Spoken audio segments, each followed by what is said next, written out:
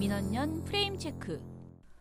우한폐렴이라는 명칭을 쓰는 것 외에 언론에서 흔히 볼 수 있는 중국인 혐오에는 식문화 비난이 있습니다.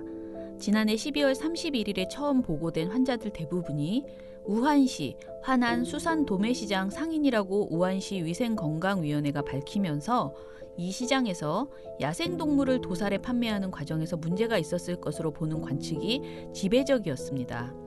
그러나 아직까지 질병의 매개체가 된 동물이 무엇인지 확인된 바 없습니다. 언론에서는 무작정 중국의 식문화를 비난하는 기사를 내보냈는데요.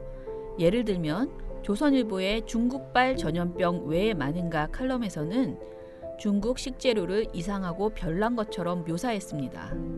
깔끔하게 포장된 육류, 생선을 파는 서구식 대형 마트가 중국에선 이상하리 많지 인기가 없다. 별 희한한 동물을 식재료로 사용하는 장면이 TV 오락 프로에 자주 등장한다. 라는 설명은 전염병이 사회 풍속을 바꾸는 경우가 많다며 중국을 비하하는 발언으로 이어졌습니다. 놀랍게도 이 칼럼은 KBS 아침 뉴스타임에서 자사 취재 내용인 것처럼 그대로 읽혀지기도 했습니다. 그러나 지금은 인종주의에 근거한 비난을 쏟아낼 게 아니라 앞으로 어떻게 개선할 것인가를 고민해야 할 때입니다. 검증되지 않은 이야기를 전달하는 것도 혐오의 한 축입니다. SBS 주영진의 뉴스브리핑에서는 중국에 거주하고 있는 시민과 전화를 연결해 중국인들이 신종 코로나 바이러스를 치료하러 한국으로 오고 있다는 소문이 돈다라는 이야기를 전했습니다. 주영진 앵커는 SBS 취재진들이 확인한 내용인데 중국에 있는 분들이 신종 코로나 바이러스 너무 걱정하지 말고 한국이 이런 치료 체계가 잘 갖춰져 있는 만큼 한국으로 가자는 이런 이야기가 중국인들 사이에서 오고 가고 있다고 하는데 이 이야기 들어보겠습니다. 라며 녹음된 전화 인터뷰를 틀었습니다. 그러나 이런 검증되지 않은 소문을 보도하는 것은 불안감을 키워 인종주의적 차별을 만들어낼 뿐입니다.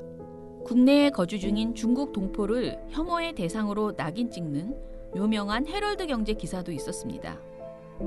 이 기사의 기저에는 중국인에 대한 고정관념과 혐오가 숨어 있고요.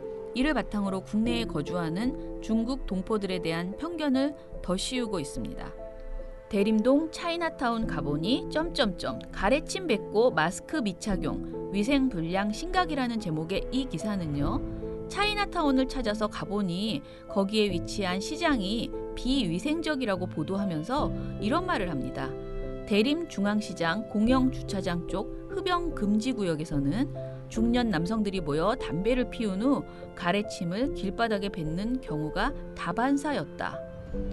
그러나 대림, 차이나타운 이런 글자를 지우고 보면요.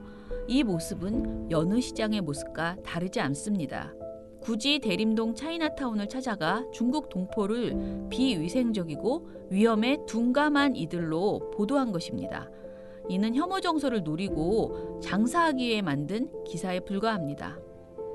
국내 첫 확진 환자의 치료비를 한국 정부가 부담한다며 세금에 초점을 맞춘 보도도 있었습니다.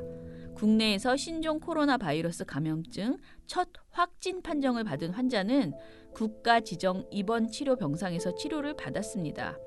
치료비는 전액 정부가 부담했는데요. 이는 감염병의 전파를 막아 사회적 비용을 줄이기 위한 하나의 방안이었습니다. 그러나 인사이트의 기사는 중국인 여성의 치료를 우리 정부 돈으로 한다는 데 초점을 맞추었습니다. 기사의 제목에서부터 확진 환자의 특성을 중국인 여성으로 한정지으며 한국 시민들이 십시일반으로 낸 세금이 우한폐렴을 국내로 들여온 중국인 여성의 치료비에 쓰이는 것이라고 썼습니다. 중국인에 대한 혐오를 부추기려는 의도가 아니라면 굳이 이렇게 쓸 이유가 있었을까요? 위험한 것은 질병이지 특정 국가가 아닙니다. 이 같은 보도는 지속적인 혐오만을 조장할 뿐 아무 의미가 없으므로 당장 멈추어야 합니다.